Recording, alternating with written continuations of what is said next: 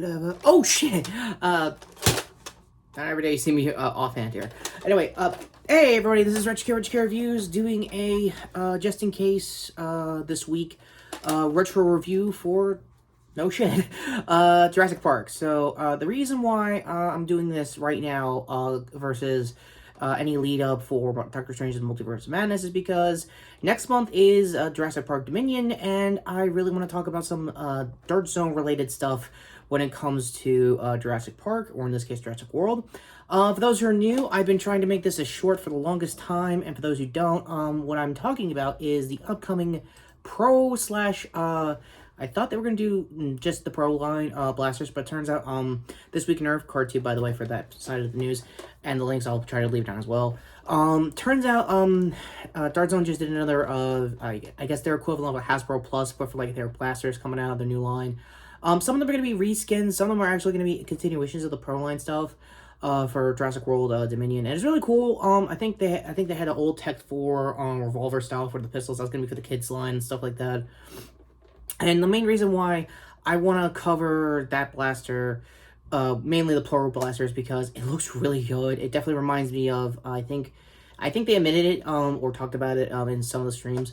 Again, I'll try to get the links down below. They based it off of, the first Jurassic World's, blaster, which was just a tranquilizer dart gun. For those who know, what was it, Claire's, just went, all out with it on, one Raptor, I think, early into Act 3 or Act 2, when the park blew up. Again, it's been a hot minute since I talked about Jurassic World, let alone Park in general, because I actually am a fan of this franchise. I just don't, wear this often, and I don't talk about it often, but, the one thing, the big elephant in the room when it comes to my actual fandom and nostalgia for this franchise is that I never really got around to getting any of the Michael Crichton books that it was based on. For those who know Crichton, he's mostly known for this kind of style of sci-fi turned really good screenplay kind of stuff. I think Kind of Funny's in review I think they just did all 3 of the classic trilogy, card to any of their movies there. The thing you need to know about Crichton novels is that once his stuff gets over, he immediately tries to make a sequel to capitalize off of it. I think that was the case with Westworld, with Future World, and stuff like that, in I think the 70s and 80s. And honestly, the same case here with Jurassic Park and Lost World Jurassic Park, which we'll get to not next time, mainly because, again, I want to get this out of the way right now to kick off my trilogy of this retrospective, is mainly because, like I said, Doctor Strange and the Multiverse of Madness is happening this week as of this recording, and it's going to get shuffled around a bit, and I don't really know how long all 3 movies are going to be on HBO Max. No buy link down low. If you have HBO Max, you know what's up. So that's mainly why I want to just, speed run basically this review from memory. And yes, I am doing this one from memory because the golden rule, if I know a franchise this well that has been deeply rooted in my childhood, the early Bat movie reviews that I did as Jason, is that they're really easy to remember off of. But when we get into the later franchise stuff like Lost World and Jurassic Park 3, Alan memes and all, yeah, cards at that, you guys want to see that ahead of time.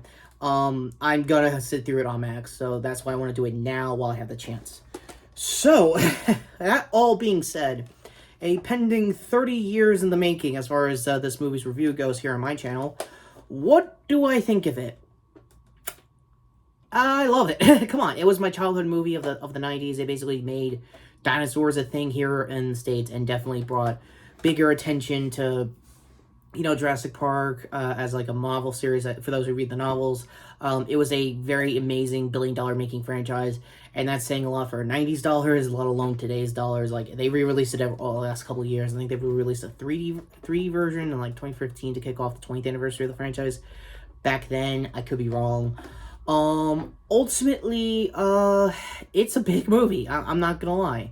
If you sit through the interview, the tidbits in Steven Spielberg's sense is that he was actually editing this movie. I think, either he was filming or editing this movie while he was getting Schindler's List out of the way, the one that got him an Oscar. Yeah, that's Schindler's List. So basically, where do we start with the cast? Laura Dern, Sam Neill, Jeff Goldblum, basically are really good hero characters. It's kind of the kind of human characters you want if you're gonna go into like a MonsterVerse kind of style writing, for those who are see my Jurassic World, not my Jurassic World, my Legend MonsterVerse, the Godzilla movies will tell you. I tell you the same thing too. Like if you're gonna write these people like human people, like normal people in a scenario that really is beyond their control, you kind of do it like the Godzilla series did in like King of the Monsters, and even just recently with Kong versus Godzilla.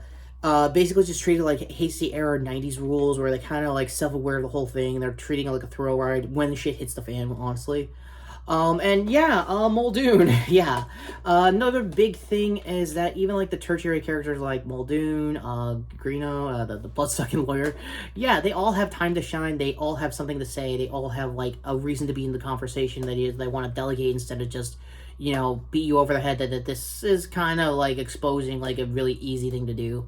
There are like banger scenes after banger scenes, which I wish I had time to explain.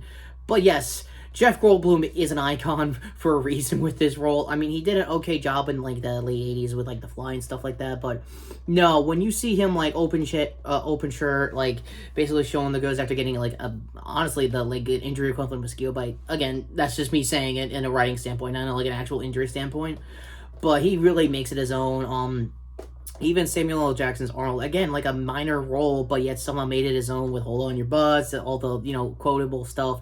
And, yeah, another thing kind of I'd like to say when they did the review for this is that basically the entire movie, if I'm not mistaken, has been given one way or another. Like, when they first see the dinosaurs, they're all, like, astounded and stuff like that. I use it all the time, even when I do GIFs of, like, when stuff is happening, like, really cool franchises are coming back that I think are going to be bangers and they're not going to suck. I do that all the time. I also do, you did it, you son of a bitch, you did it. Anytime I use, like, a Jeff Goldblum Jurassic Park GIF is usually when something really cool is happening in franchises and stuff I like, and it's really awesome to see. So, that said, what's there to say about Lexi and Tim? Apparently, from what I've seen and what I remember, they are definitely kid characters you will remember, especially Tim, if you follow Jeffrey Menzillozo, sorry for his last name's career. He's been in movies you never even thought you'd see, like I think the biopic for Social Network, and obviously Queen last year. Sorry, wow. Again, this pandemic really delayed a lot. A few years back for the Freddie Mercury biopic. Yeah, he is a really good character actor. He took time out, in case you could tell, and he looked okay. He looked good for what he could do with the material for both those biopics, I'm gonna be honest with you, but you can tell that he was an okay up-and-coming character actor, and that's probably all he's cool with.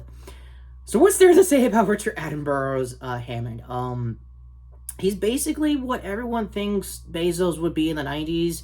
Like, oh yeah, this sucks, but we're gonna do it again. When we do it again, it's gonna be perfect. It's like, no, you can't do this again. This is untouched. Like, you did the unthinkable, and now you're trying to do it again, kind of thing. Again, a lot of the arguments getting into it is just like, you're playing with science, and it's gonna be weird. It's like it builds the anticipation of when you finally see the dinosaurs. Like, even with like any like the practice and obviously the groundbreaking CG at the time, which I know it's weird to say 30 years later, but it's basically there. Like, it's amazing to say that. But even so, like, the CG has not helped, and it's not that dated. I'm gonna be honest with you. It's like very used sparingly. They dedicated a lot to it. I think one of the earliest things I heard about when it comes to the dinosaurs themselves for the VFX is that they were going to do stop motion, but then somebody in like the editing room said, no, we could just CG it and you could like get the shot you're looking for. You don't have to go motion the whole thing. And that just like pivoted and just basically changed the whole movie from there on. So yeah, another big thing for the core three adults, obviously Ellie and Grant are really cool characters. I don't know. We'll get to this into the sequels, especially 3. I don't know if everyone's been trying to like ship them to be a thing because they left on good terms. They're just normal adults in a situation that, it's cool and stuff. I don't know. I don't know. It's weird, but Sam Neill, Lauren Dora definitely made their careers with these roles. Anyone who wanted to get into this movie probably would make their careers with this. So much that I think even James Cameron almost had the book for like a hot minute to do basically aliens with with dinosaurs. Again, that alone sounds cool. But honestly, I'm glad he didn't do it because I think the big draw for like aliens, that if I ever get around to do a retro review of it, it's basically a Vietnam metaphor, but like with space stuff. Again, he wanted to make that kind of like parallels and stuff like that. They all this advanced tech, but yet somehow the Xenomorphs just find ways to kick their asses every other time. Like, they gotta be thinking again the box kind of stuff. And that's kind of what happens when the inciting incident happens. I want to say, I think an hour in, when you finally get to see the dinosaurs just be unleashed to everything. It's really cool.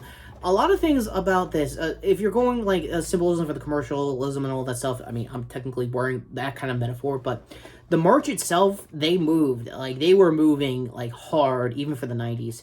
So, to put it bluntly, like, every Jeep, every gear, down to like the knickknacks you see at like the soon-to-be like later destroyed like gift shops and stuff like that, even in Jurassic World, are definitely bankable, definitely merchable. Like, it made money. Like, I know I'm going to do the old Spaceballs joke here, but merchandising, where the real money from the movie was really made, along with, like, almost $1 billion to this day.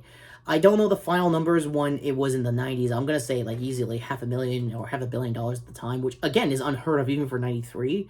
And like I said, even as a Tokusatsu fan, without this and this year, I probably wouldn't have Power Rangers. I wouldn't have, like the 90s is basically exploring how crazy you can go with dinosaurs, whichever kind of genre you came from. Me, personally, like, without this, I'm almost going with a feel here that I probably wouldn't have Power Rangers.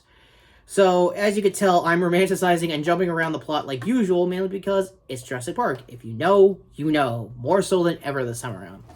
Ultimately, should you see this movie if this is your first time? Yes. Are you gonna be there to see all the weird shit and, like, get all the memes, like, all the Wayne Knight stuff when he was Nedry? Yes. I won't spoil for those who remember how Nedry bites it, but damn, that Dilophosaurus still haunts me to this day as a kid. Now, adults. But, anyway. Ultimately, it's still worth a watch. Even if you look into the behind the scenes, even for this and the future movies, you can tell this was put more love and attention into it. Crichton definitely put a lot of... there were going to be differences with the book. Again, if you're a book fan, you're going to understand that, and it's going to be the case when we get into Lost World next time.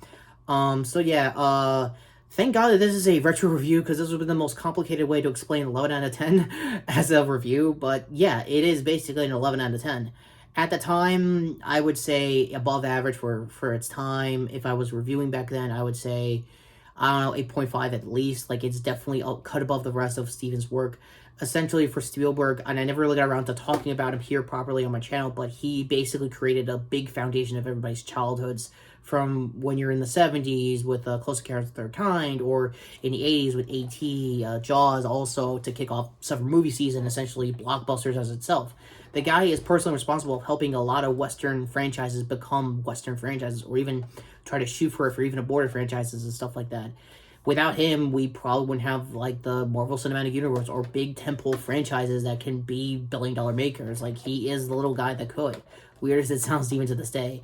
Also, there was one big elephant in the room that turned to be not really much of a thing. Yeah, Kathleen Keller was involved in this also.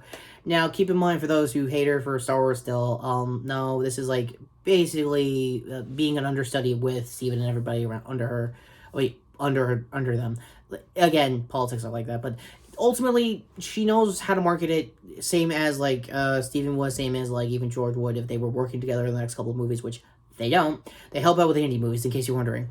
But, yeah, that's the thing, I think, when we get to 3, when it comes to Sam Neill's Alan Grant, like, he is trying to be, like, an Indiana Jones type kind of character that Steven's pretty much comfortable with that kind of writing. Again, we'll get to that when we get to Jurassic Park 3.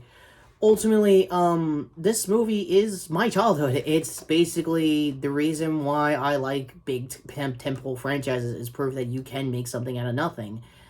Even though this nothing was a really good book at the time. That all being said, and I guess... Shoot! Shots out of the way. I highly recommend this if this is going to be your first time watching the movie. Please watch it on Max. Get a Blu-ray if you can. They will definitely go more in depth with it.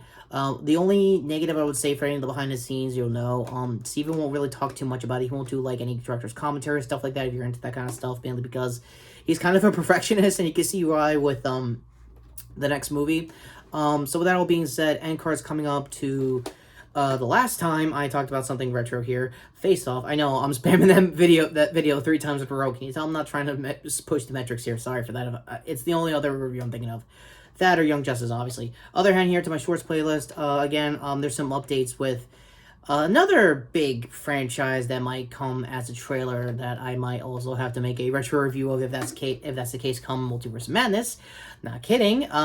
So yeah, Avatar jokes aside, sure here to sub to the channel, notification down below for what is supposed to be Jurassic Park month, but then yeah, Multiverse of Madness just threw a wrench in it, so I guess we're just called the Jurassic Park mini-series reviews until we get the Dominion. So, again, like I said, also links down below if I can find anything on the Jurassic Pro Blaster that Dorzo's doing for Dominion. Again, I really want to get my hands on this blaster. I'm going to try to make that my double review with that and the movie itself when it comes out in June. So, that's where we are there. For those who know in the Nerf scene, that is a really good blaster. It's mostly like an Aeon Pro reskin, but ultimately, it's definitely worth the purchase. I think it's like $10 more than an Aeon Pro, maybe even $20 more. I'll try to remember the pricing and review it properly next time. So with that all being said, I am very comfortable talking about this than usual, if you could believe it. Retrokid Reviews, and what is really there to say about Jurassic Park? It's one of my favorite franchises and favorite movies when I was a kid. Bad ones and all, yes. That all being said, I cannot wait to get to Jurassic Park 3. Seriously, that raptor scene is legendary even as a meme. Alan?